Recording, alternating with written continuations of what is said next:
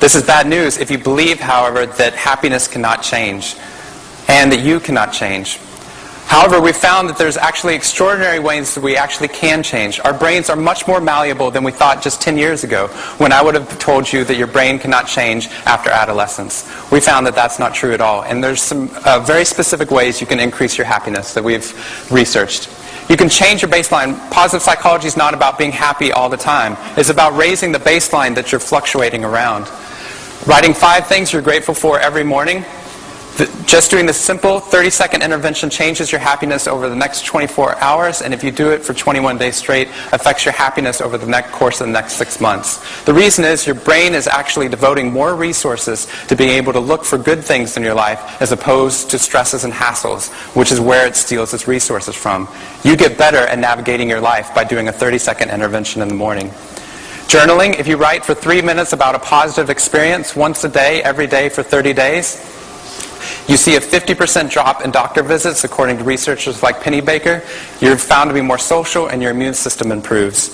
Simplifying versus multitasking, you are happier if you do more things by doing one thing at a time.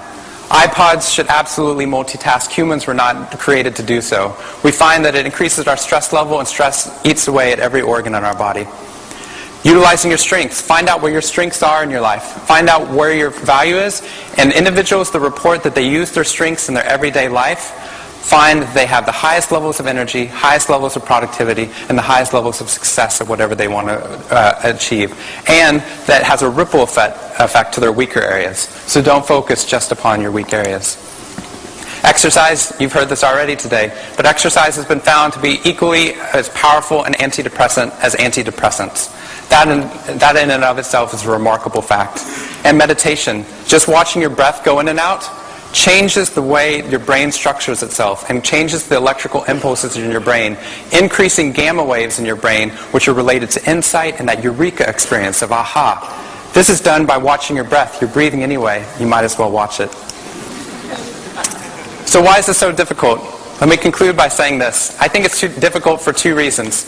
I think one, because there's an activation energy that's necessary for us to be able to do these things. Common sense is not common action.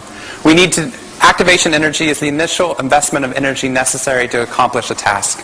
I wanted to play guitar more. I found that 20 seconds taking it out of the closet, out of the case, was preventing me from playing guitar. I changed that 20 seconds, put the guitar in the middle of the room, and suddenly I played 28 out of the next 30 days. 20 seconds was a mental impediment to me actually achieving my happiness and my productivity. So find out what your 20 seconds are and decrease the activation necessary to do the things you want. The last thing is some people think that we should feel guilty about feeling happy when there's so many sad things that are going on in the world. But I say because of things like mirror neurons in our brain which show that we're actually hardwired to feel empathy towards other people and that our smiles spread just as depression and frowns spread, it makes it so important for us to actually choose positivity. In that sense, in good times, happiness is a luxury. But in times of pain and suffering, of depression and recession, happiness is a necessity. And if this room is any indication, I think we're about to see a positive evolution tip within our society with all these different things rippling out to other people. Thank you for your time.